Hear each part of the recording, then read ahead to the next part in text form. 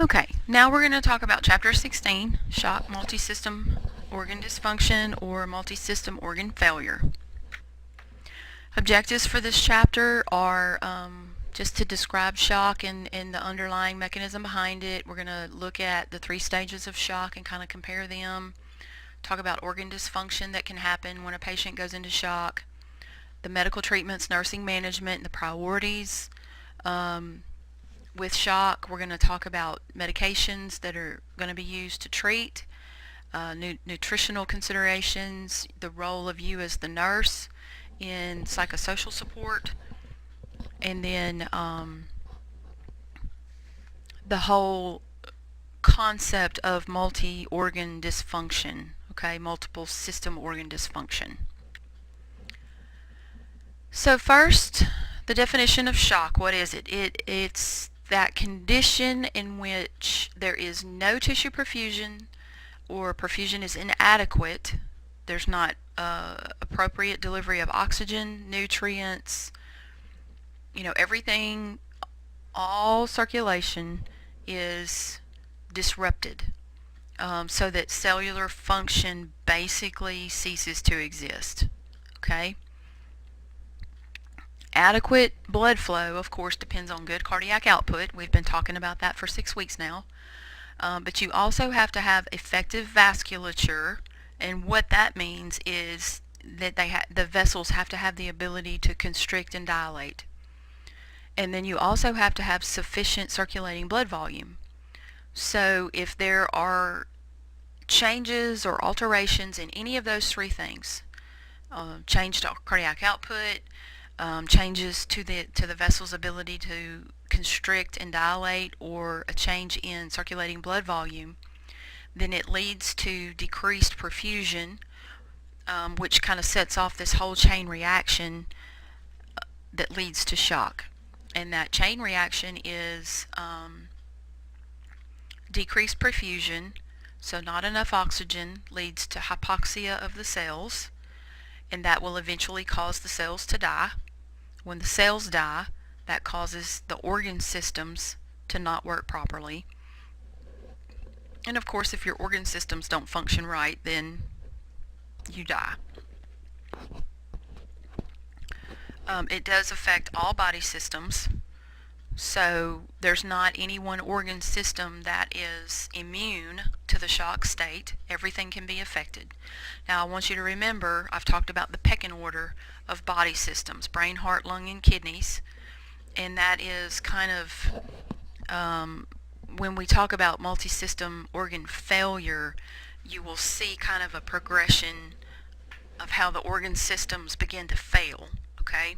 So just kind of keep that tucked away in the back of your mind. There are certain physiologic characteristics that are common to all types of shock, regardless of the cause.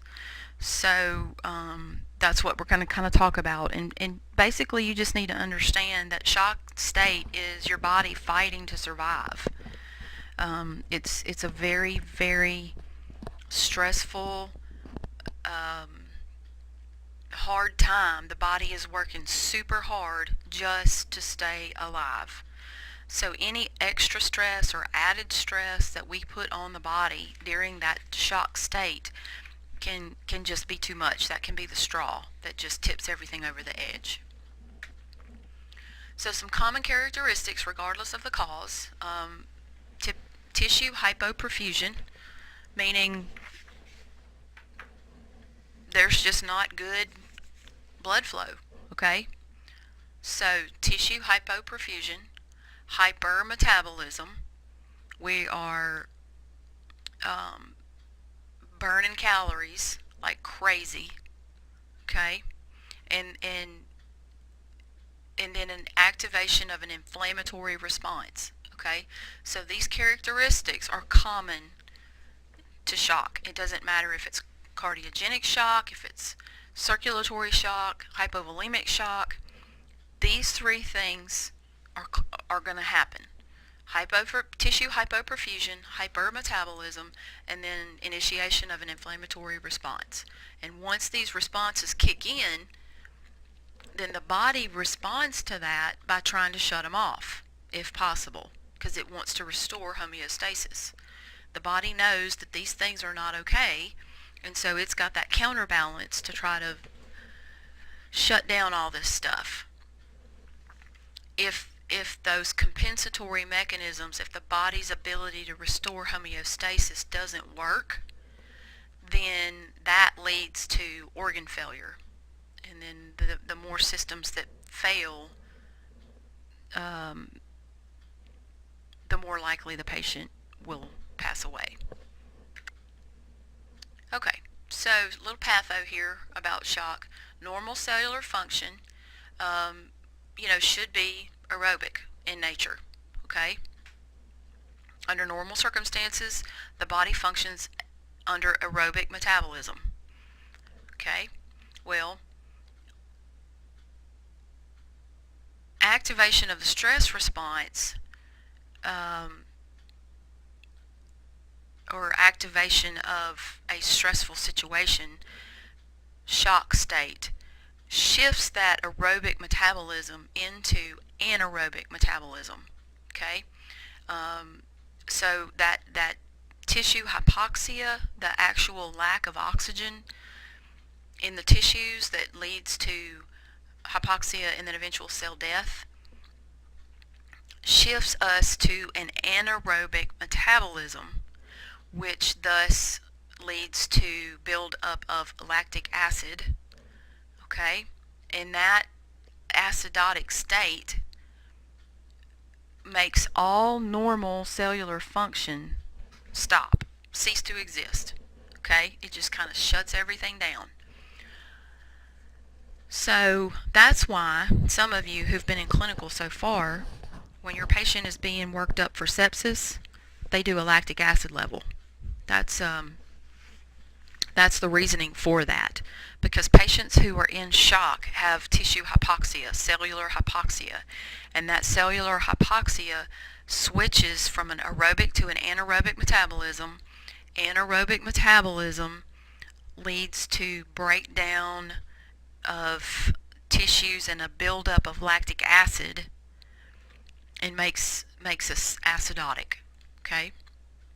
And that acidosis eventually will cause cell death.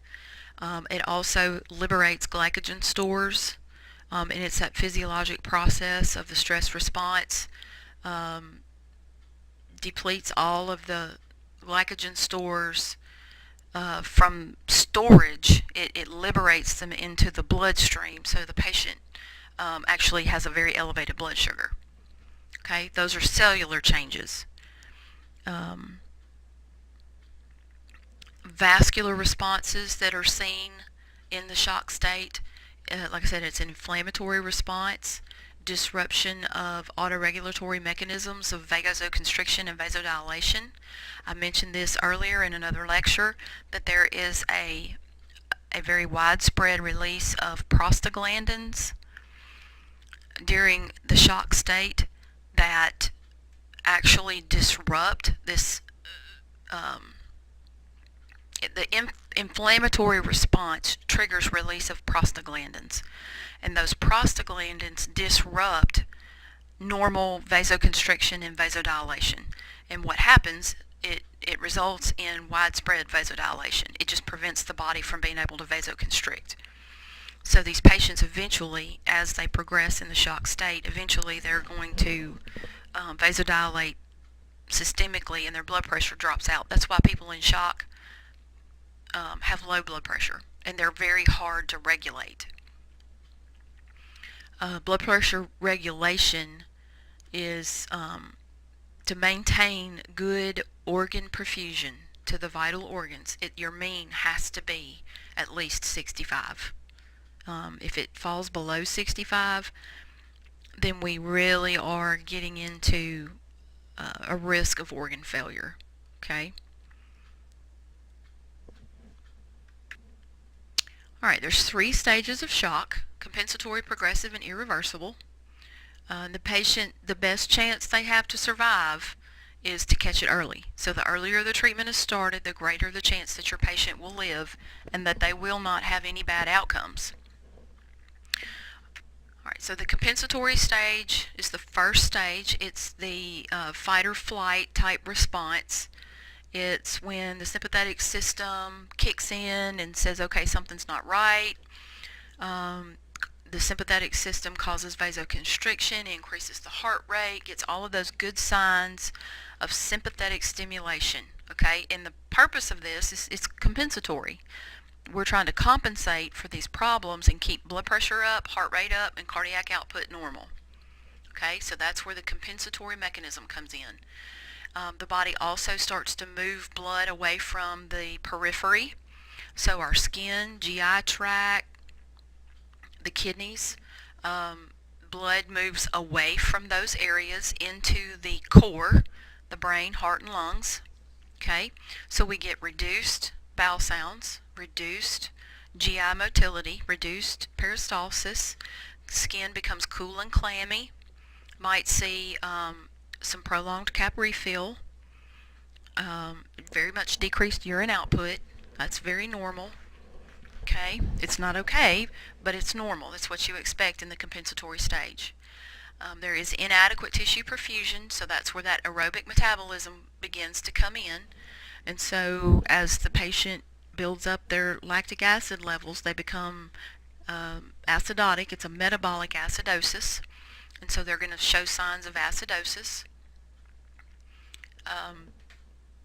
Respiratory rate increases because they are acidotic, so we're trying to blow off all that excess acid.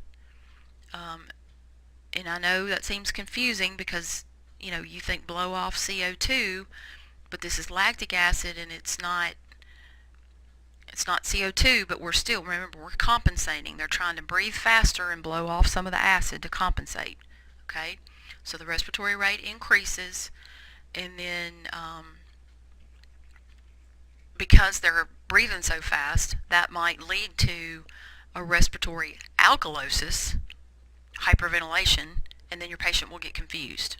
Okay, so just try to understand how all that works together, and if you're not sure about it, then you need to go back and review the ABGs, respiratory acidosis, respiratory alkalosis, and kind of brush up on all of that. In the compensatory stage, our medical management is to figure out what the cause is and treat it, try to fix that underlying mechanism, prevent the shock state from progressing, getting worse, and then try to support the body as it compensates on its own. Okay? Some of our nursing strategies, nursing management, very thorough assessment, ongoing assessment, and anticipation of deterioration. We're looking for the good stuff. We're looking for positive change, but we are anticipating negative change. We have to monitor tissue perfusion very closely. You also have to really work with the patient in dealing with their anxiety, because they may not, they might be awake and not feel good, and so you've got to do a lot of explaining and teaching. Or if the patient is not awake, then it's the family. So you're looking at urine output, in terms of tissue perfusion, your signs of tissue perfusion. You're looking at urine output, vital signs, levels of consciousness, pulse pressure. Narrowing or decreasing pulse pressure is a very accurate indicator of shock, much better indicator than just a falling blood pressure alone. Blood pressure can drop for a lot of reasons, but the pulse pressure narrows only in shock. Also, lab work, you can do glucose levels and sodium levels, which are going to be high at this point. So we've really got to focus on reducing anxiety, patient safety. They might get confused, so we really have to look at patient safety issues about maybe having to restrain them so they don't pull at things, making sure they stay in the bed. We've got to support their oxygen status, so we might be intubating them, or high levels, maybe BiPAP, maybe given some sedation or other medications to help them kind of calm down, because we don't want them to burn any excess calories. Supporting with vasopressors. If blood pressure is dropping, then we may be given fluids or vasopressors to help vasoconstrict and get the blood pressure up. These are all nursing interventions that you will have to implement to keep your patients safe. So here are those interventions that I was just talking about. I just went over all of it on the slide before this. But thorough ongoing assessment, changes in level of consciousness, like we talked about, can be subtle. The alterations in lab values and vital signs, urine output especially, and then our interventions to keep the patient calm, support blood pressure, support oxygenation. Again, everything I talked about on the previous slide, nothing new on this one. Progressive stage of shock would be the next stage after compensatory. This is the point where the body's normal mechanisms that are used to maintain blood pressure, normal compensatory mechanisms are no longer working. Okay, so the body's beginning to fail. You're going to see blood pressure and the mean arterial pressure start to drop. The patient is called clinically hypotensive when the blood pressure, systolic pressure drops below 90, or if there is more than a 40-point drop in systolic pressure from their baseline. And that's really important for you to understand and to keep in the back of your head. Just in general care of a patient, not just in the shock state, but if a person comes in with a blood pressure of 180 and we treat them with medications, of course we want to get it down. But if you drop their blood pressure really fast and you drop them down, 40 points or more, then clinically they are hypotensive, especially if it happens quickly. So, our clinical definition of hypotension is not just a systolic less than 90, but it's also based on more than a 40-point drop in systolic pressure. And you need to understand that your patient will be even more symptomatic if that 40-point drop occurs quickly. Okay? The faster something happens, typically the worse it is. So in progressive stage, this is where all of the normal compensatory mechanisms are starting to fail. Of course, because blood pressure and mean are dropping, then we start to see organ hypoperfusion. Of course, kidneys will go first, and then eventually the stress of trying to keep up perfusion and keep up the mean pressure, the heart begins to get taxed and overworked, and it will eventually begin to fail. Cardiac output will begin to drop. This is where we see widespread vasoconstriction in all parts of the body, even the microcirculation. And this is a response to that failure of our compensatory mechanisms. Blood pressure starts to fall, and so the mean starts to fall, and we know that the body, the body's going to try to maintain perfusion to vital organs at all costs. So as the mean and the blood pressure start to fall, the body says, oh, there's a problem, I'm going to start clamping down. And so everything begins to vasoconstrict in an effort to support mean arterial pressure, blood pressure. But as that microcirculation vasoconstricts, it further compromises cellular perfusion, especially in distal areas. So you're at this stage of shock, you're going to see your patient's fingers become cold, and their cap refill can be prolonged, greater than 3 seconds. Their nail beds are going to turn dusky, maybe not blue, but they're not going to be pretty pink. Okay. Same with the feet. The toes will do the same thing, and then as the progressive stage worsens, you're going to begin to see the progression from the toes up the legs, and then same with the arms, from the fingertips up toward the shoulders. The patient can become mottled. Their skin will get pale and even dusky colored. So, you know, this is not a good thing. When you see a patient that has dusky extremities, that's a sign of progressive stage, that all of that microcirculation is starting to you know, shut down, vasoconstrict in an attempt to support central perfusion. Mental status is going to further deteriorate. They're going to start to third space. You're going to see a lot of interstitial edema from fluid shifting, which further decreases the vascular return to the heart.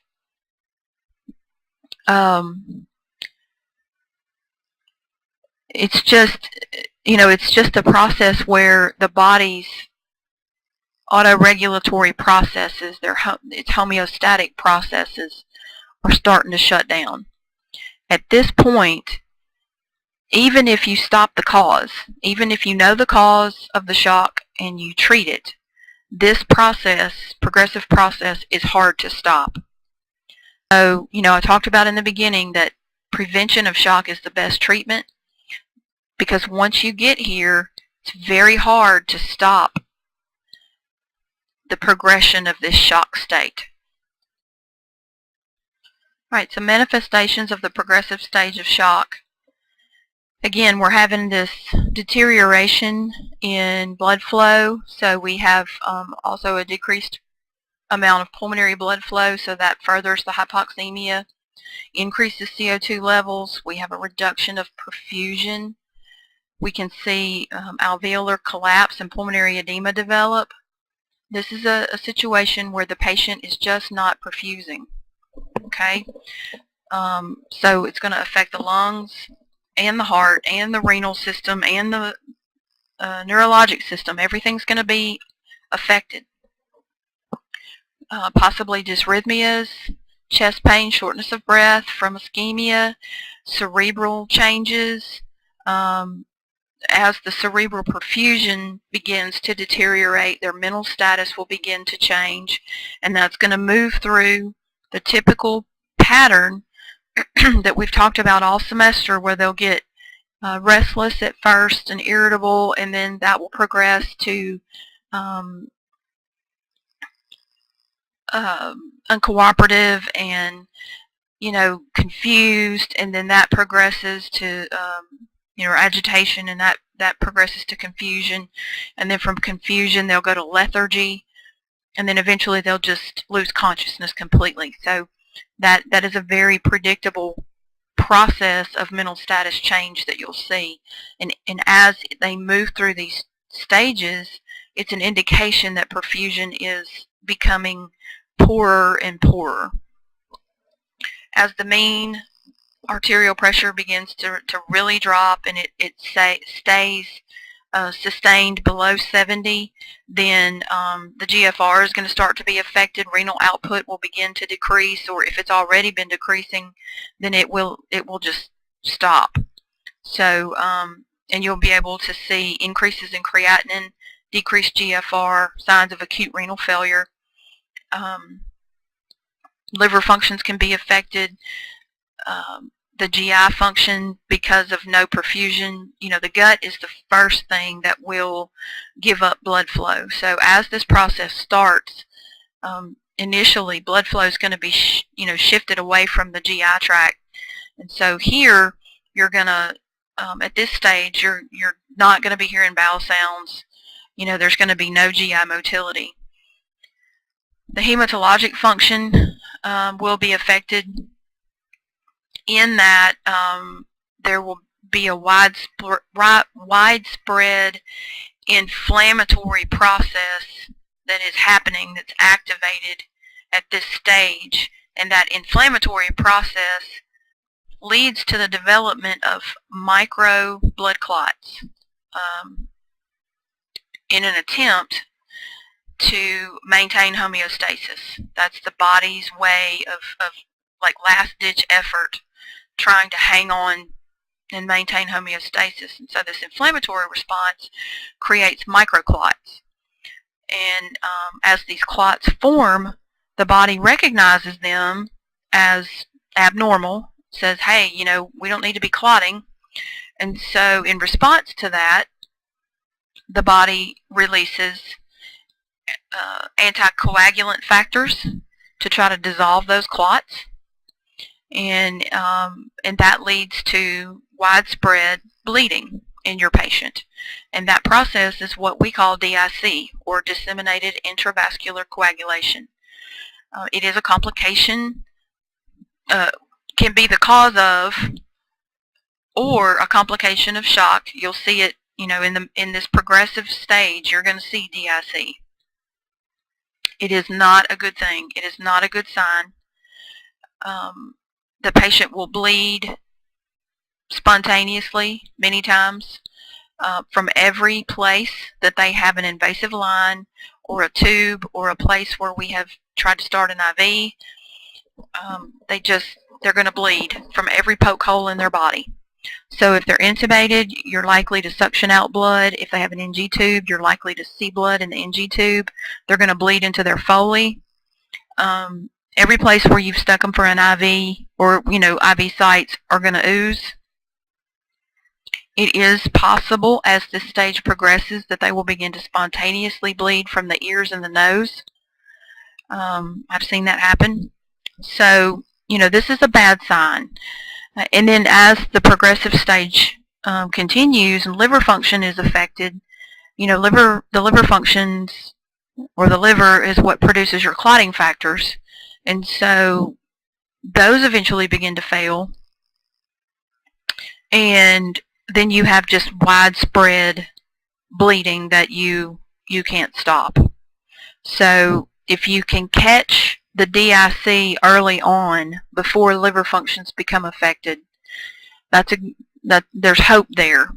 Now the way you treat DIC is to try to stop the process of microclot formation. And the way that you do that is to treat them with heparin.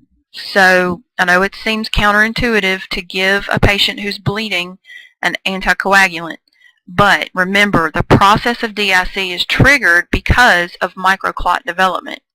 So if we give them heparin, we load them with a bolus and put them on a drip, then we shut down those microclot formation, and then that will stop that cascade of anticoagulant release. So it'll stop the process, and it will actually stop the bleeding. So again, that is a bad sign. Spontaneous bleeding, especially widespread throughout the whole body, that's not a good sign. Medical management of the progressive stage really depends on the underlying cause, and then the degree of that person's ability to compensate, or the degree of decompensation at this point. Obviously, someone who is healthy, has no medical problems, no comorbid conditions, will do better than someone who has many comorbid conditions. So if we're seeing failure of the lungs and the heart and the kidneys, and that person already has some existing kidney dysfunction, or they've got lung dysfunction or a weak heart, then their outcomes are going to be much worse. Okay? There are some common interventions, medical interventions, that we use in all types of shock. It doesn't matter what the cause is or where it came from. We definitely are going to be supporting the respiratory system. So at this stage, the likelihood that the patient is intubated is very great. We are definitely going to optimize vascular space or vascular volume. So unless it's hypovolemic shock, if it is hypovolemic, then we're going to be given fluid. If it's any other type of shock, then probably what you're going to see is vasoconstrictors. So you're going to be looking there, dopamine, Levofed. Those are probably the two. Levofed for sure. Supporting the cardiac output, the contractility, the pumping action, trying to improve the vascular system, the competence, the vasoconstriction, and then nutritional support. They've got to have calories. Remember, these people are burning calories like crazy, and there's all that liberation of glucose, so we've got to have aggressive control of elevated blood sugars. So, you know, these people, a lot of times you're going to see them on TPN. We're not using the gut, usually, because usually at this point they don't have good blood flow to the gut.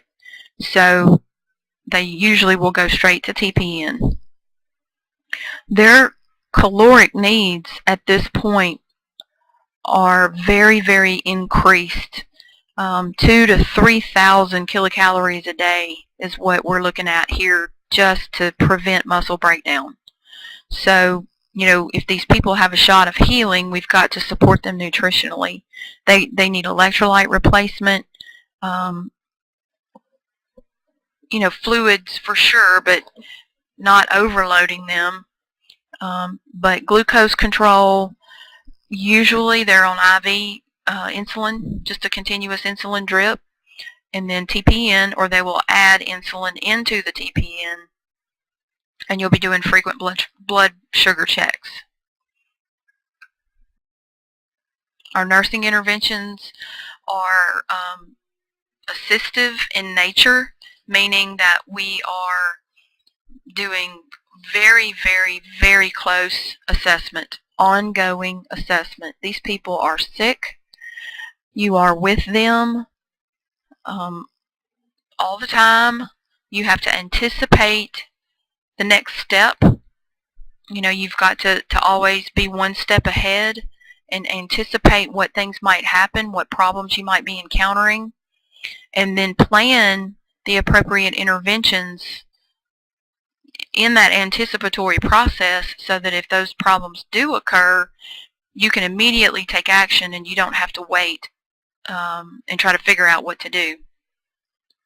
Our goals as nurses at this point is to prevent complications, which would be respiratory failure, dysrhythmia, you know, a fatal dysrhythmia. We want to try to promote rest and keep them comfortable, energy conservation.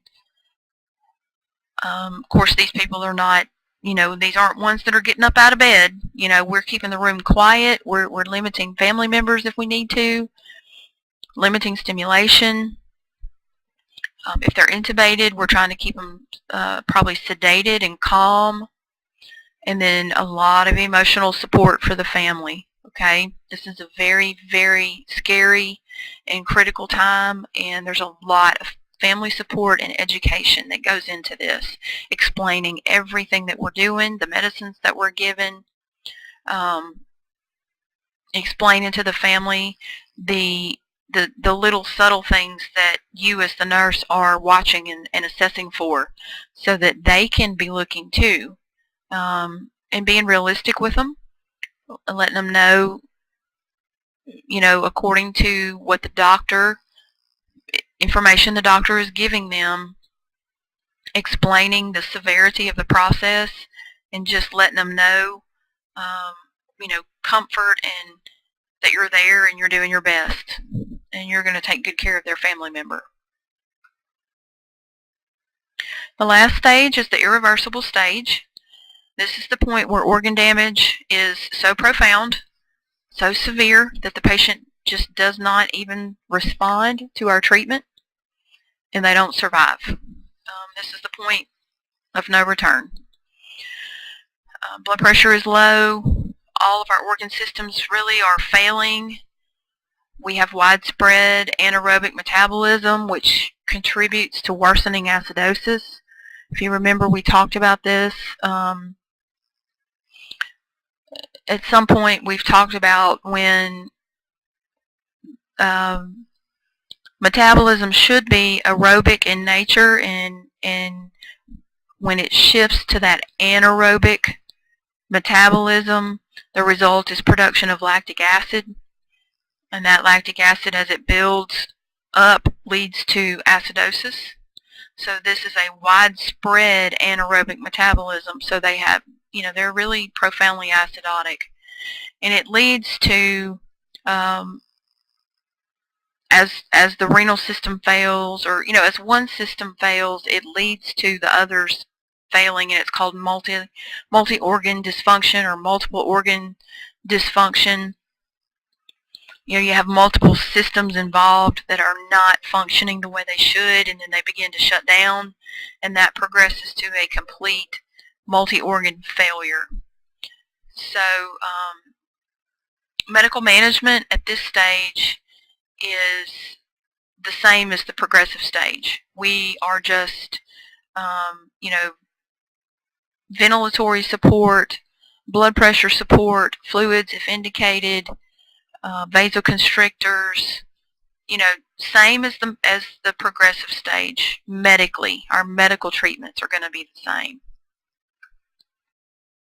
Our nursing interventions in the irreversible stage are, again, close and thorough assessment, ongoing assessment, monitoring of interventions and seeing how they're working, carrying out that treatment regimen quickly, being on top of things, being in communication with all other members of the healthcare team. It's a constant back and forth between you and the doctor, you and respiratory, you and the lab. Just very close and ongoing communication and assessment. Again, we're anticipating problems, anticipating complications, having our plan in place, so if those complications come to pass, we can take action very quickly. And that's where your communication comes in with the doctor. You anticipate, and then you can notify the physician and let him know what you're seeing and what you're anticipating. And a lot of times they will go ahead and give you orders and say, well, okay, if this happens, if the blood pressure drops to this point, go ahead and start them on Levophed, or titrate the Levophed to this point, or repeat the labs, or whatever the case may be. You also have an obligation to protect that patient from injury of any kind, keeping them safe, patient-family education, talking to them, supporting them, being there with them, again, explaining what's happening. And then at this point, we do begin to talk to the family about end-of-life issues. A lot of times at this point, the patient is so sick that they're not really able to take part in that discussion. And sometimes this shock state has come on rather quickly. It has progressed quickly, and it might be a case where the family and the patient really haven't talked about end-of-life decisions before. And so, it's a very complicated situation in a sensitive situation, because the family is having to make some really, really big decisions in kind of a quick time frame. They're sometimes, not always, but sometimes the patient is fine, and then something traumatic happens, and within 24 hours they just they're just in this end stage or irreversible stage of shock, and we're talking to the family about end of life decisions and living will determinations and things like that, and it can be very overwhelming. So a lot of emotional support, it's very, very important here. Therapeutic communication, therapeutic silence, that's huge at this point. Just listening to the family, letting them talk through what they need to talk through, and their acceptance and their coping, coming to terms with what's happening. Therapeutic silence is amazing. It's, silence is golden. That's what the movies say. Silence is golden. But at this point in time, it is definitely not about us. It is not about what I'm doing as the nurse, what I need to do as the nurse. Even though I have a huge job, it is not about me. It is about that patient and about that family.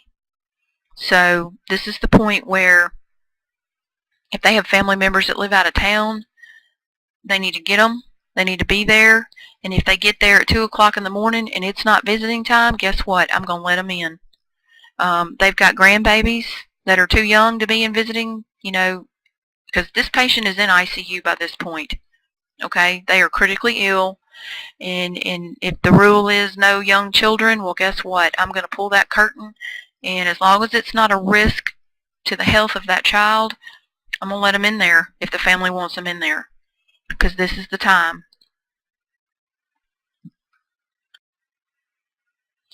All right, some general management strategies for shock in general. We're going to talk about fluid replacement and then vasoactive medications. These are priority regardless of the cause or the type of shock that you're seeing. Fluid replacement, of course, is to support blood pressure.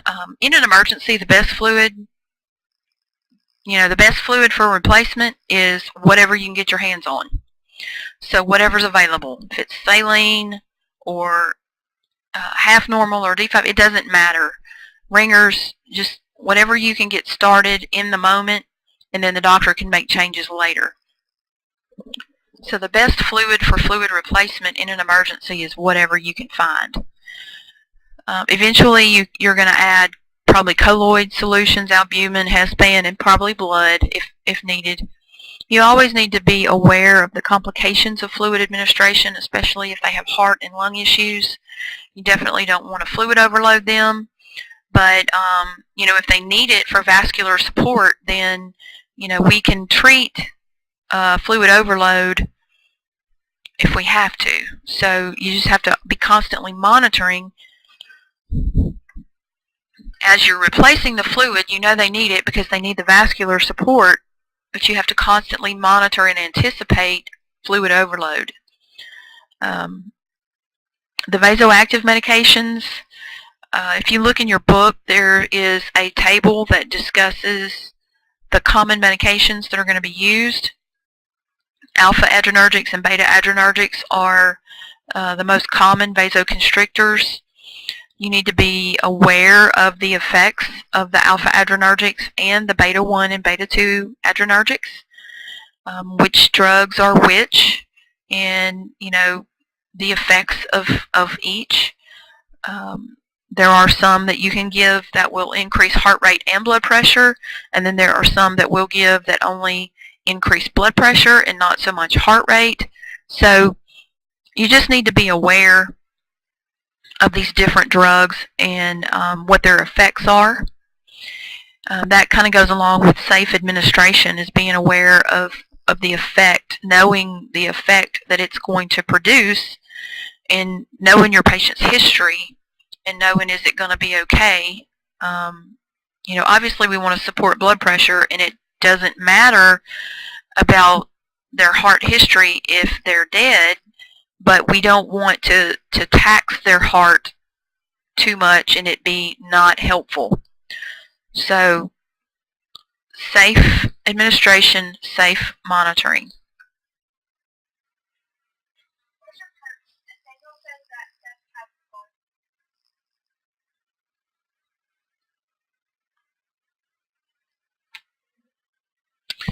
My purse is in my car.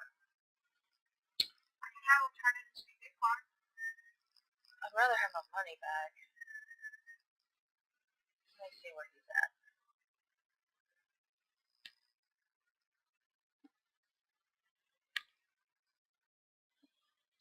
Okay, just a few little reminders about vasoactive medications. The reason we're using them is when fluid by itself isn't enough, so we're using them to maintain the mean arterial pressure, support hemodynamic status. Vasoactive medications in general stimulate the sympathetic system, so you're looking at them to increase blood pressure and heart rate. And again, that's why it's so important for you to know the differences between the types of medicine that you're given, those alphas and betas, because they have different effects. You're going to be doing blood pressure, monitoring blood pressure very frequently when a person is on vasoactive infusion. maybe Q15, Q30, or even as often as Q5 minutes if their blood pressures are very labile, meaning they're up and then drop and then up and then drop. That's what labile means. So very frequent vital signs, not just monitoring but documenting them. All vasoactive drugs should be given through a central line if possible. If it's an emergency and all you have is a peripheral, that's fine. You can give them through a peripheral IV, but you have to really pay attention and make sure that it doesn't infiltrate, because extravasation of a vasoactive drug is very, very damaging to peripheral tissue, sub-Q tissue. So, give it through a central line if at all possible. That is the recommendation. But of course, in an emergency, you're going to use whatever you have. And then doses of vasoactive drugs are titrated to patient response, which we have already talked about. But just know that you will be titrating these medications to a desired patient response that the doctor will order. So he's going to write something that says, titrate to keep blood pressure greater than 90 systolic, or titrate to a mean arterial pressure of 65. And you're going to go up or down on those medication dosages, on the infusion rate, to achieve that desired effect. So that's why it is super important that you know how to calculate these drugs appropriately. Nutritional therapy we have talked about a little bit already. There's great caloric requirement, a lot of calories, a lot of liberation of glucose stores, and then eventual muscle breakdown. So they need anywhere from 2,000 to 3,000 kilocalories a day just to maintain. That's not even to heal, that's just to break even, just to maintain. So we want to get TPN or PPN started very early. And if they haven't progressed into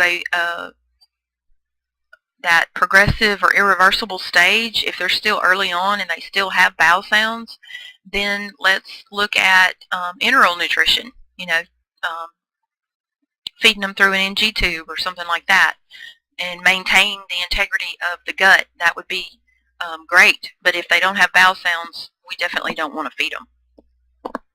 Everybody's going to be on an acid blocker or a proton pump inhibitor, just because this is such a stressful state to the body that they're going to be using those as protective and also to help with reflux and prevent aspiration. All right, our psychological support, patient and family, of course, anxiety and coping. This is a scary time for them. This is a very critical time for the patient. There's going to be a lot going on, a lot of treatments, a lot of hour-to-hour changes sometimes, depending on how sick they are. So it's really important that you have open communication with the family. If the patient is awake, of course with them too, but a lot of times the patient is not really coherent at this point, so you're dealing with the family. And so very open communication and use of therapeutic communication is essential. Explaining what's going on, explaining the treatments, explaining the outcomes that you're looking for, what the equipment is for, just keeping them apprised of what's going on, okay? And not talking to them like they're bothering you or like they're stupid, or in your way. This is their family, and their family member is sick. There's a time when we will have to discuss end-of-life issues. Of course, when the doctor starts to think along those lines, then, you may have to have discussion with them about their wishes and their family members' wishes. And sometimes these shock states occur quickly, and the families have not, discussed these issues before, so it's a really hard time for them. This is very important. It's an important time, and it is time for you to exercise not just therapeutic communication, but therapeutic silence, just listening, just being in the room, just being there. Sometimes it's all you need to do. It is not about us, even though that we have a great responsibility here to take care of these patients. It is so important that you remember that your job is because of the patient. It is for the patient. The patient is the focus and the center. We are not the focus. It is not the time to think about what I need to do and what did I not get done, and I'm behind, and that's not appropriate. This is all about the patient. We do have to support them through the grieving process. Many times the families have to make big decisions very quickly, and it can be very overwhelming, and so it's very important for us to provide information, but to be supportive and help them through this grieving process the best we can. Alright, so now we're going to talk about some different classifications, or the different classifications of shock. There are 5. They're pretty straightforward, and the way that we treat is based on the cause of each of these classifications. So the first one is hypovolemic, where we have a loss of circulating blood volume. The second one is cardiogenic, and that is the result of loss of cardiac output, just big pump failure, myocardial failure from an MI usually. Septic shock is the result of infection. Anywhere, can be any part of the body, where that infection becomes so overwhelming that it initiates a shock state. Neurogenic is loss of sympathetic tone that results in development of the shock state, and then anaphylaxis is the result of severe allergic reaction. So you'll see on this slide that hypovolemic is a real loss of fluid volume. That's an actual loss. Cardiogenic, septic, neurogenic, and anaphylactic talk about relative hypovolemia.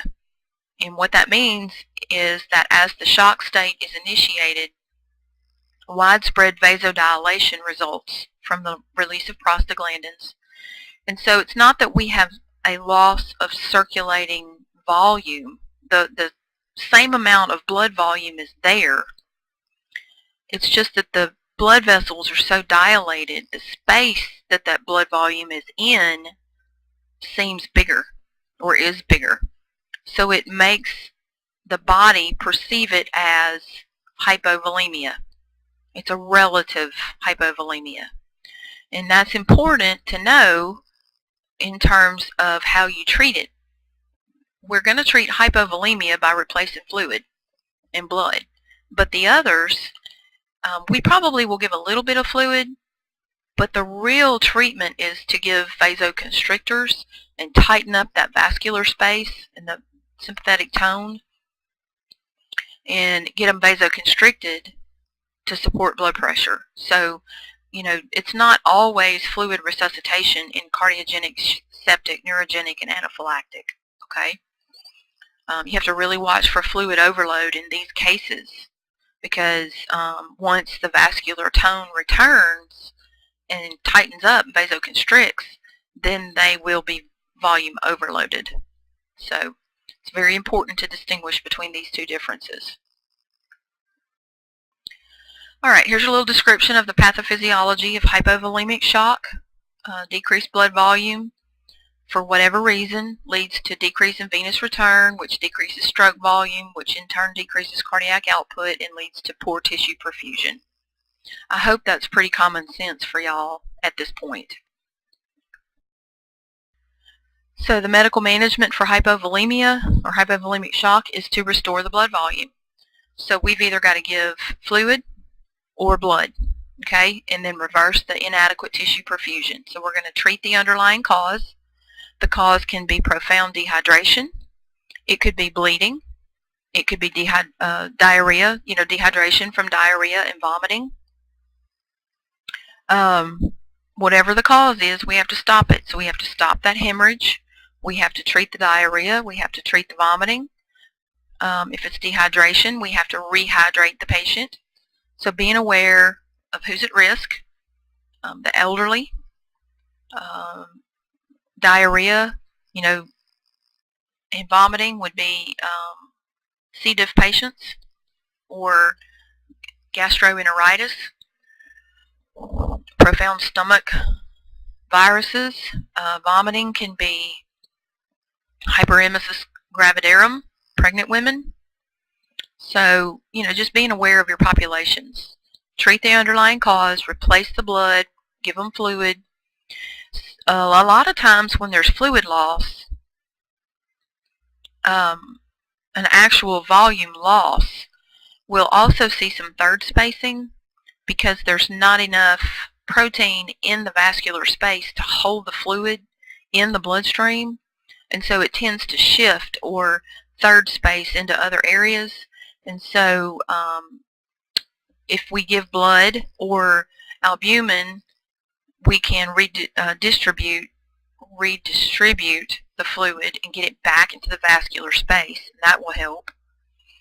And then, of course, the pharmacologic support, vasopressors, vasoactive drugs to support the blood pressure in the meantime until we can get fluid replaced or blood in the system.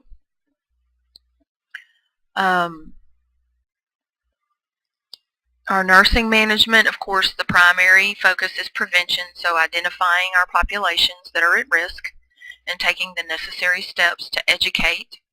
Also taking necessary steps to teach family members what to look for, patients what to look for. We have a lot of patients that take antiplatelet medications as well as anticoagulant medications for different reasons. They are all at risk for bleeding. And if it is a profound bleeding, a profound GI bleed, then that puts them at risk for hypovolemic shock. Chronic C. diff patients, same thing. So identifying populations and doing appropriate education with patient and family. Our other responsibilities are safe administration of fluids and blood, assessing frequently and cautiously for fluid overload, implementing other measures that might be needed, oxygen for sure. If we've got inadequate tissue perfusion, they need to be on oxygen. And then just the support and coping and education and emotional support of patient and family. All right, so here's our diagram of the patho of cardiogenic shock. It has to do basically with whatever the case may be, whatever the cause that decreases cardiac contractility, leads to decreased stroke volume and decreased cardiac output, which in turn decreases systemic perfusion, can also lead to pulmonary congestion and decreased coronary artery perfusion. When we have a reduction in coronary artery perfusion, that goes right back to affecting the contractility. So really what you see here is a vicious cycle. We've got, our contractility, stroke volume, cardiac output, and then if coronary artery perfusion is impaired, we go right back up to a decreased contractility, which further impairs stroke volume, cardiac output, perfusion, which in turn further impairs coronary artery perfusion, and so on. So you kind of see this rat wheel, this vicious cycle that we really have to get ahead of, or we're going to have a big problem. Medical management for cardiogenic shock is still, like all the others, aimed at correction of the underlying cause. If it's acute MI, which in most cases it is, cardiogenic shock results after an acute MI, our goal is to limit myocardial damage and protect the healthy tissue and restore tissue perfusion as best we can. So the treatment of the underlying cause might include going to the cath lab or going to surgery for CABG. It's also going to be aimed at all of the steps that we talked about with acute MI. Preserving tissue, maintaining, making sure that no additional tissue gets damaged, and limiting the amount of tissue that that is actually damaged, okay? Improving pump function is very important. Reducing afterload, improving contractility. So those are all important factors of treatment for cardiogenic shock. First-line treatments are going to be the same as with acute MI that we talked about in previous lectures. Oxygen, morphine for pain control, vasodilation. It's going to reduce systemic resistance, which is afterload. So morphine is that really good drug for that. Hemodynamic monitoring, very close monitoring of blood pressure, cardiac output, mean arterial pressures. Arterial line hopefully will get put in, and possibly a PA catheter. We're doing laboratory markers, the CK, CKMB, troponin, myoglobin. We're really looking at indicators of ischemia. Fluid therapy, just to maintain filling pressures, support venous return, but not overload the patient. We really want to monitor for overload, because fluid overload will make contractility worse. So it's a really fine balance there with the fluid. And then mechanical assist device would be your balloon pump. So this is where the balloon pump comes into play, and we talked a little bit about cardiogenic shock when I talked about balloon pump in previous lecture. So these are the patients that we want to have them on a balloon pump, and we want to really allow that heart to rest and heal, and try to preserve as much viable myocardial tissue as we can. So just to help them have a good quality of life in the future. Pharmacologic therapy with cardiogenic shock is our vasoactive medications. Notice they are not all vasoconstrictors. Dopamine and dobutamine are vasoconstrictors. But nitroglycerin is a vasodilator. So we are actually using combinations of these medications. Like I talked about before, it's a balance where we want to tighten up the vascular tone. We want some vasoconstriction to support blood pressure, but we also want to reduce afterload so that contractility is not so taxed. We want to have effective contractility. We don't want to overwork or overstress the heart. So that's what the nitroglycerin is for. Dobutamine is an inotrope. It does improve contractility, so it's really good if they have poor pump function. Nitroglycerin is used for vasodilation. It actually is dose dependent. Low doses of nitroglycerin cause venous dilation, which will help to reduce preload. So if the patient is having issues with volume overload or a preload problem, if we reduce preload, that's going to improve contractility, makes the heart work smarter, not harder. So low doses cause venous dilation. High doses cause arterial dilation, which that would be where your afterload reduction comes in. So nitroglycerin is dose dependent, so is dopamine. We've talked about dopamine before, where you get that low doses from 2 to 8 mics. Well, low dose dopamine, less than 2 mics, is really not recommended anymore. But that intermediate of 2 to 8 mics per kg per minute is really used to increase contractility. It has a positive inotropic effect. And then doses greater than 8 mics per kg per minute cause vasoconstriction. So that's really going to be where your blood pressure support comes in. But you do need to remember that with dopamine, in those higher doses, greater than 8 mics per kg per minute, it might cause, it's a really good vasoconstrictor, but it will also increase the heart rate. So dopamine may not be a good choice in cardiogenic shock, because when you increase heart rate, you are increasing the workload of the heart, and that may not be a good idea. So you really have to be careful with dopamine. And also dopamine does not work well if the patient is acidotic. So if they are in an advanced shock state and they have become very acidotic, the dopamine will really be ineffective until you reverse the acidosis. So if you're giving dopamine and it's not working, you're not seeing any change in blood pressure, then you might want to consider asking the doctor for an ABG, because they could be really acidotic. Some other vasoactive medicines that you're going to see, maybe an epidrip. Again, epinephrine is a potent vasoconstrictor. It is also going to shoot the blood pressure, the heart rate through the roof as well, which may not be a really good option for an acute MI patient. So norepinephrine or Levophed is our other really good drug. Norepinephrine does not affect the heart rate. It's a potent vasoconstrictor, but it doesn't increase heart rate. So it's a much better choice. Again, remember with these vasoactive drugs, these other potent vasoactive meds, that the goal is to shunt blood to the vital organs. So when you have them on high doses of dopamine, high doses of epi or Levophed, it is a possibility, a realistic possibility, that your patient's fingers and toes will become dusky.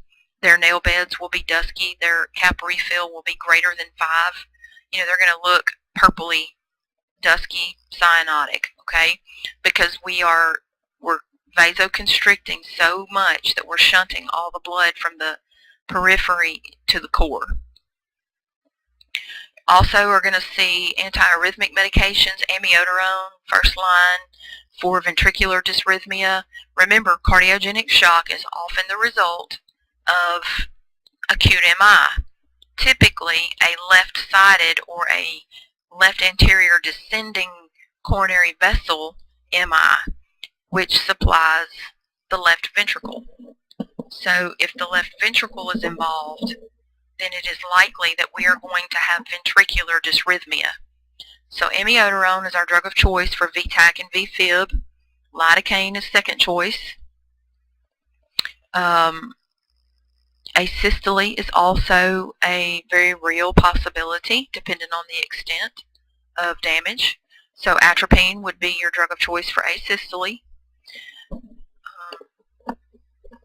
And of course, CPR is indicated, early defibrillation of our ventricular dysrhythmias, and chest compressions in cases of asystole. Nursing management, our job is to identify patients that are at risk for cardiogenic shock. Those would be patients that have a lot of these risk factors, the modifiable or even non-modifiable risk factors, especially the big 3, hypertension, diabetes, and high cholesterol. That puts them at a great risk for heart attack. And patients who have severe MI are very prone, very much at risk for cardiogenic shock. So identifying patients at risk and doing some really good education and prevention techniques. Our other responsibilities for the patient who is in cardiogenic shock, of course, thorough assessment, very, very close and frequent monitoring of blood pressure, heart rate, mean arterial pressures, urine output, carrying out orders, administering medications and fluids, cautious administration of these, close assessment, making sure that these medications don't run out. These are the patients that if your Levophed bag runs dry, if it's empty and you don't have another one to hang immediately, that patient's blood pressure is going to bottom out. They just aren't able to support a good blood pressure on their own. So you've got to have that second bag handy and ready to go. Your responsibility, if you find yourself working in an area where they take care of balloon pump patients, you will be trained to do so, but it is the nurse's responsibility to maintain the balloon pump and make sure that it is working effectively, that the patient is having a positive outcome, and that they are safe, and that we don't have any circulatory issues, distal perfusion issues, distal to the insertion site. we are still responsible for safety of our patient. You know, the whole time that they're on the balloon pump, and then, you know, even in cardiogenic shock, they might not be awake and alert, and so just little things, you know, turning them if they're hemodynamically stable, and you can turn them to prevent bed sores, you know, just stuff like that, okay? And then keeping them comfortable too. The more comfortable the patient is, the better physiologically they are going to do. Circulatory shock is our next one that we're going to talk about. Circulatory shock is actually an umbrella term that encompasses septic shock, neurogenic shock, and anaphylactic shock. So, and the reason that we use it as an umbrella term is because these three forms of shock affect the circulatory system. Again, it is not an actual loss of fluid, but it is a relative hypovolemia, okay? Meaning that the blood vessels dilate, and the patient's blood volume just pools in peripheral vessels, and that creates a relative hypovolemia.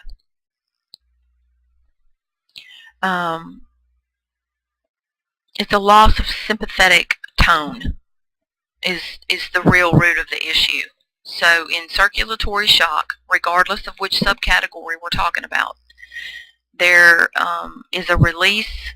It's an inflammatory process that produces a release of prostaglandins and other cell mediators that lead to widespread vasodilation, which leads to pooling of the blood in the periphery.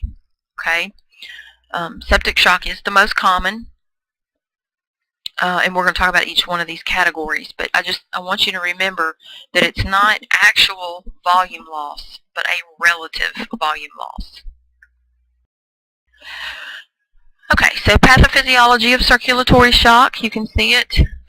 There's a precipitating event, whatever it might be, leads to vasodilation, that inflammatory response, further vasodilation, redistribution or maldistribution of the blood volume pooling in the venous system in the periphery, which leads to decreased venous return, decreased preload, decreased cardiac output, and decreased tissue perfusion.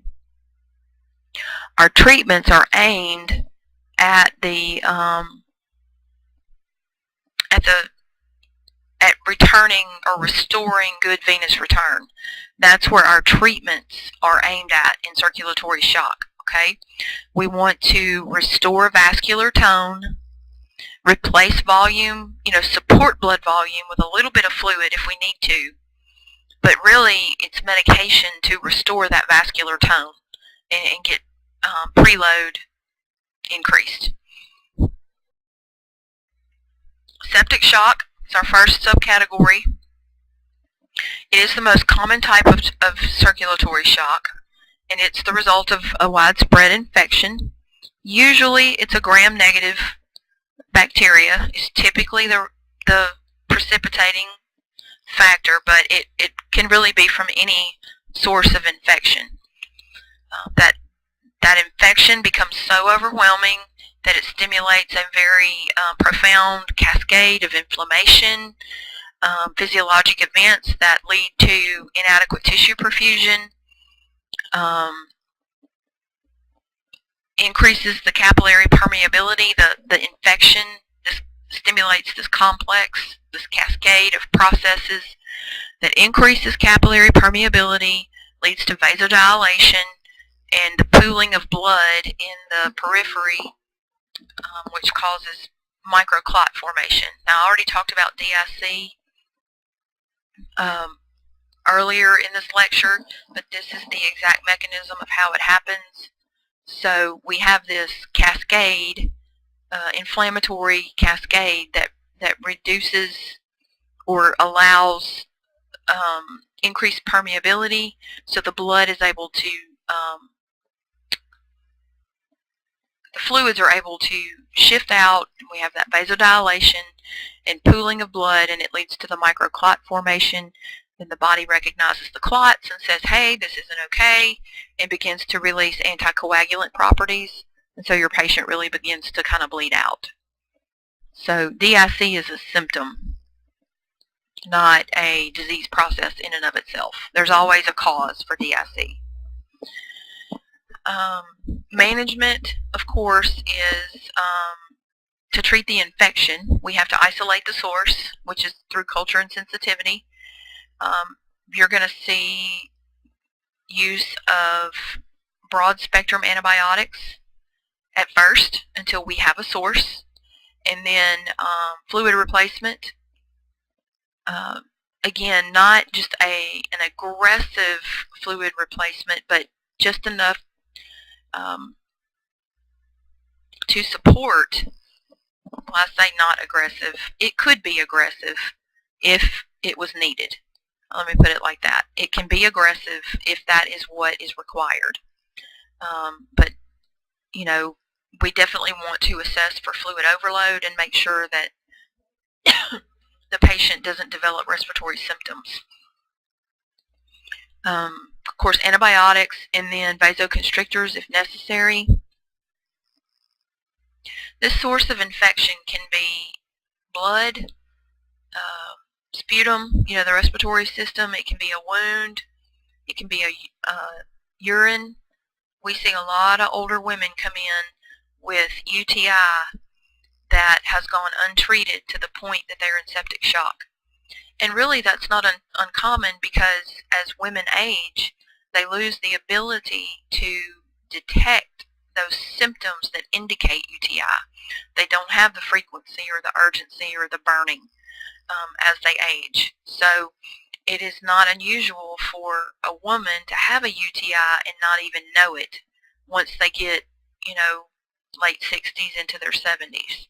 So, you know, by the time they really become symptomatic, they are either on the verge of septic shock or they're in septic shock. Nutritional therapy is very important here too, because of the same. It's a shock state, so we're, you know, having that liberation of glucose, of glycogen stores, and so blood sugar is going to go up, and they're going to need increased calories to heal. You know, it's the same. The outcome is the same. It's shock. The cause is what's different. Our nursing responsibilities are, again, identifying high-risk patients and doing thorough education, helping to teach them about prevention, strict adherence to infection control measures, you know, when they're in the hospital, collaborating with our other healthcare team members to organize care and to maybe coordinate home care. You know, if we're looking at prevention strategies, is there something we can do? Can we collaborate with another area to, you know, tap into community resources and things like that? But once they're sick, it's collaboration, you know, with the doctor and other departments to help maintain this person's health. Hand hygiene, dressing changes if it's a wound that's causing an infection, you know, little things like putting that bio-occlusive dressing over IV sites, because we don't want to introduce more infection. If the patient has a wound that's, you know, weeping or draining, let's keep their bed changed. Let's keep their linens clean, you know, frequently if we need to. Let's don't have them get up and go bathe and then go lay back down in a dirty bed. And guys, that's on us, because sometimes there's only one nursing assistant on the floor for 30 patients, and you can change beds just like she can or he can. And I know that because we taught you how to do it. So don't be above changing dirty sheets, especially when your patient is sick or at risk of developing septic shock.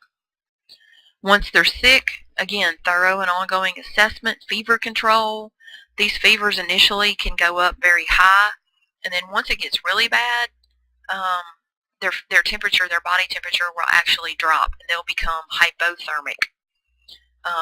So once they cross that threshold from running fever to being subtherapeutic or hypothermic, that's an indication that that sepsis is, that organism is really widespread. It's not unusual when they run fever for you to see a patient run 103, 104. Okay, so treatment is up to the doctor. I want to say your book says that there's no treatment until they're up around 104, but that's really doctor dependent, whatever he orders. Fluid replacement to support blood pressure, antibiotics, of course, to treat the infection, other vasoactive medications, dopamine, dobutamine, to support blood pressure, and then patient comfort. A lot of times when they run a really high fever, they get chilled, they start to shiver, and we've got to really be on top of that. You also have to be aware of lab values with some of these antibiotics, renal function, liver function, especially if they're in an advanced shock state and they don't have good renal perfusion, or their liver has started to become involved. They're not going to clear these antibiotics, so you kind of have to keep an eye on that. If it's something that you have to do a level on, so you just have to really be aware of those things. Okay, next we're going to talk about neurogenic shock. Again, this is one of the circulatory, falls under the category of circulatory shock. It is a type of, or a shock state that develops as the result of loss of balance between sympathetic and parasympathetic systems. They work together and balance each other out to maintain vascular tone. And in neurogenic shock, we have a loss of that balance between the two, and it results in that relative hypovolemia from widespread vasodilation. So basically with neurogenic shock, we just lose vascular tone. Okay? So it's widespread vasodilation, a relative hypovolemia, and most of the time neurogenic shock, hence the name neuro, results from spinal cord injuries or some kind of damage to the nervous system. Patients that undergo spinal anesthesia can also develop neurogenic shock. It's very rare, but it can happen because we are, numbing up or paralyzing the spinal, the nerves. So spinal anesthesia can be a cause, but most of the time we see neurogenic shock result from spinal cord injuries or some sort of nervous system damage or CNS depression induced by medications.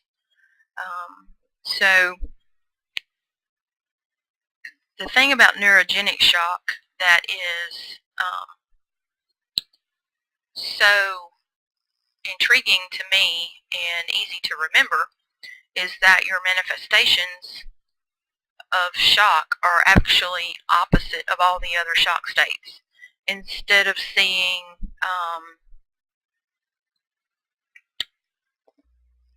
those classic things that we've been talking about, what you're going to see are signs of parasympathetic stimulation. So they're going to have warm, dry skin.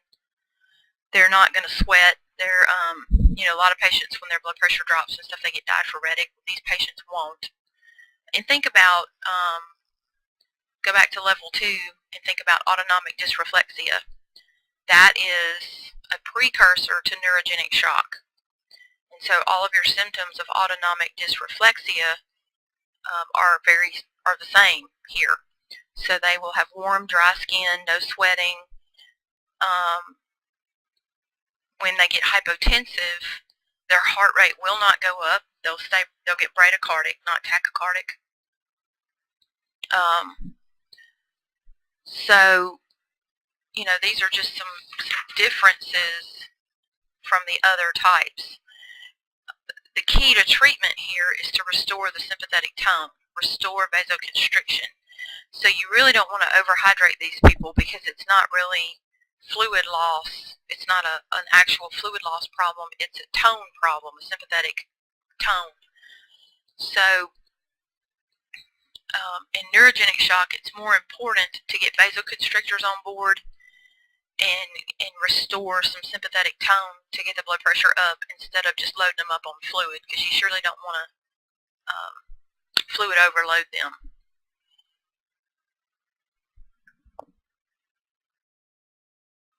With anaphylactic shock, that's the last one we're going to talk about. It's a severe allergic reaction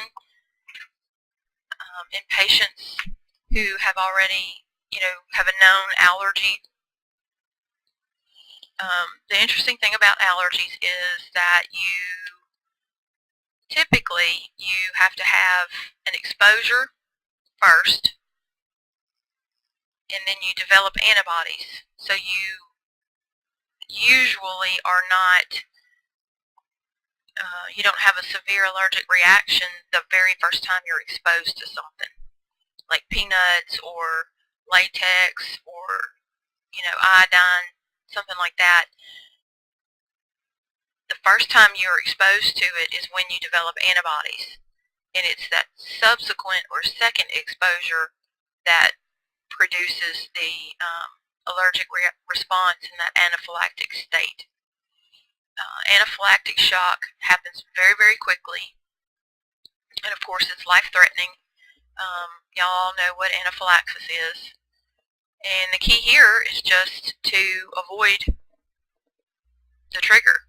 So, if it's a known latex allergy or a known shellfish allergy or, food, nuts, things like that, you just want to educate and, have the patient stay away.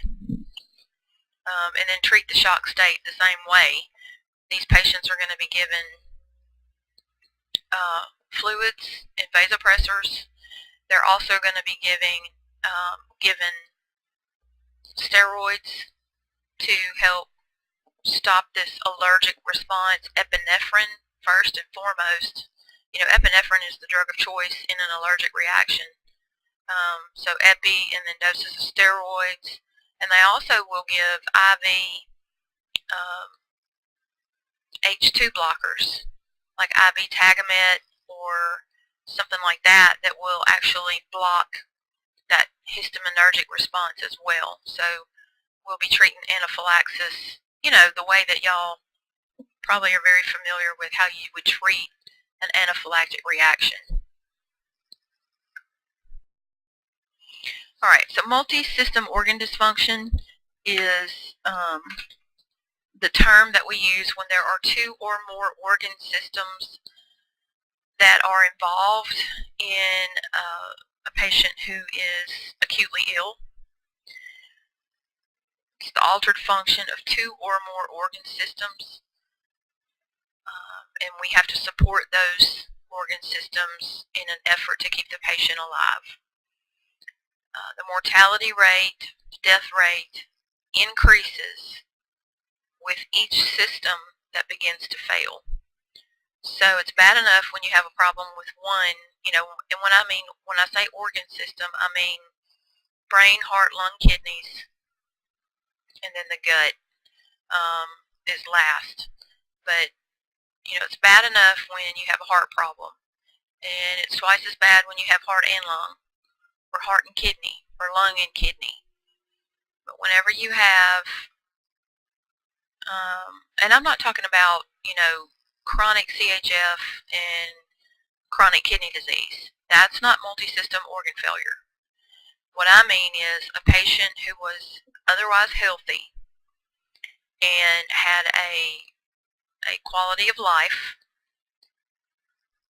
has gotten sick and maybe gone into shock or experienced one of the shock states that we've been talking about, and then developed organ dysfunction that they did not have before. When you have two or more organ systems involved in that respect, that constitutes multiple organ dysfunction. It is a complication of any form of shock, and it's the direct result of inadequate tissue perfusion. That's why it is so important for us to treat the shock state, the cause, and then maintain the mean arterial pressure at least 65 to prevent these organ systems from failing.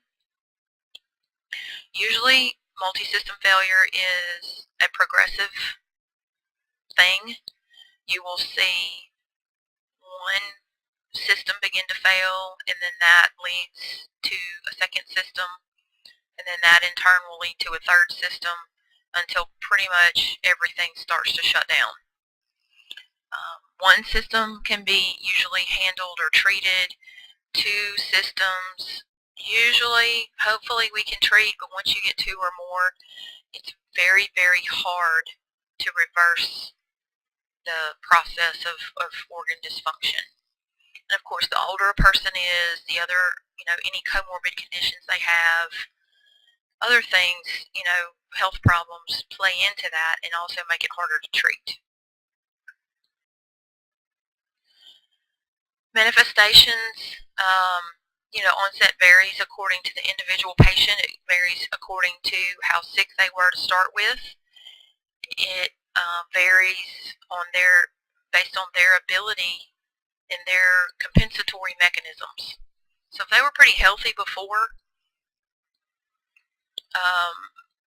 they may be able to, they might have a slower onset, which means that their body is able to maintain homeostasis longer. But if they have other comorbid conditions already, then the onset of multi-system failure will usually happen quicker. Typically, you're going to see respiratory issues, heart issues,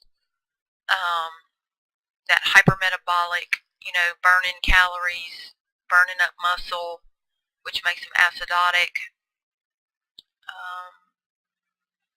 complicates the respiratory system, and then that in turn complicates the cardiac system.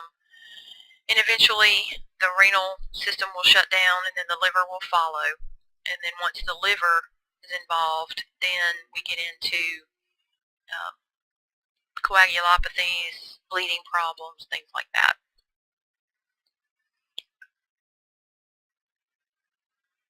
Medical management is to reverse the hypoperfusion and hypoxia. That's the goal. Prevention is always the first priority. So we've got to be screening patients and really aware of the patients that are at risk. But once that process begins, we really need to focus on keeping the tissues perfused, maintaining our mean arterial pressure greater than 70, greater than 65 at least, and keeping the tissues perfused and preventing a hypoxic state.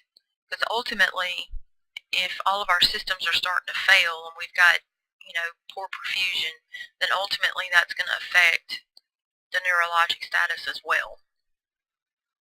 So our treatments are aimed at limiting the initiating event.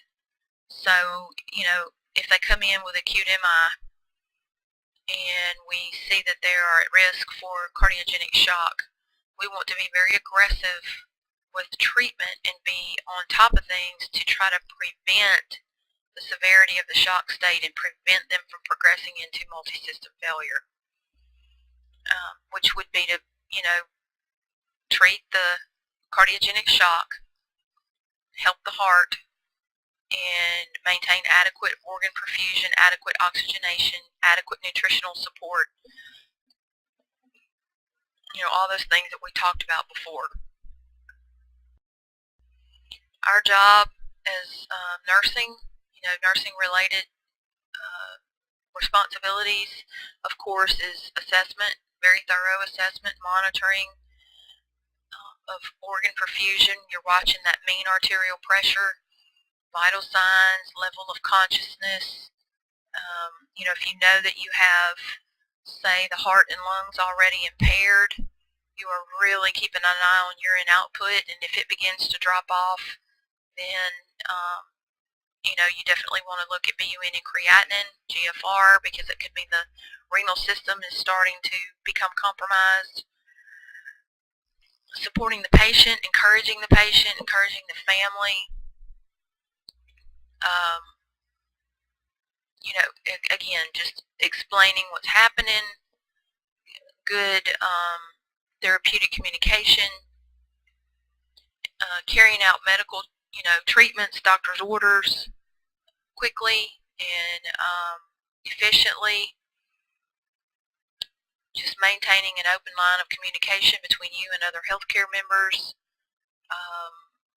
and with the family, and then really helping the family understand the severity of the problem, what long-term recovery is going to entail, and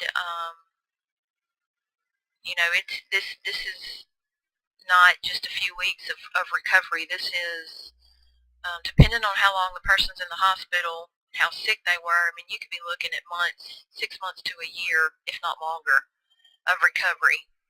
We used to say, kind of a general unwritten rule was, for every day a person was in ICU, it took a week for them to recover. So if you've got a patient who is in ICU for 2 weeks, 14 days, you're looking at 14 weeks minimum of recovery. And of course that is always lengthened based on the severity of their illness and their comorbid conditions. So as you can see, it takes a very long time to overcome a severe illness. And then of course, some people don't survive. When 2 or more systems begin to shut down, it makes the chances of survival much less. So we really have to talk with the family about end-of-life decisions and being supportive and helping them arrive at a decision. Not that we make the decisions, but just being supportive and giving information, providing information to help them make the decisions they need to make. Sometimes it is a decision to withhold care. Sometimes it's a decision to withdraw care, place the patient on comfort care measures. It depends on, the age and the comorbid conditions. There are some patients who, they have bad COPD and they already have a bad heart. And as these things begin to fail and we see the renal system begin to be involved, the patient and the family will decide that they don't want to, have dialysis. And so they just opt to, not initiate that. And so, those are just very challenging decisions, and it's very much our responsibility to be there and be an encouragement and provide information, get in touch with the doctor when we need to so the family can discuss options with him, and then clarify, make sure that they have clear understanding and clear up any misconceptions. So, even though we may not be doing a whole lot skill-wise, we have a very, very big role, as these people arrive at these types of decisions. All right, well, this is the end of this lecture. So, thanks. I hope you enjoyed it.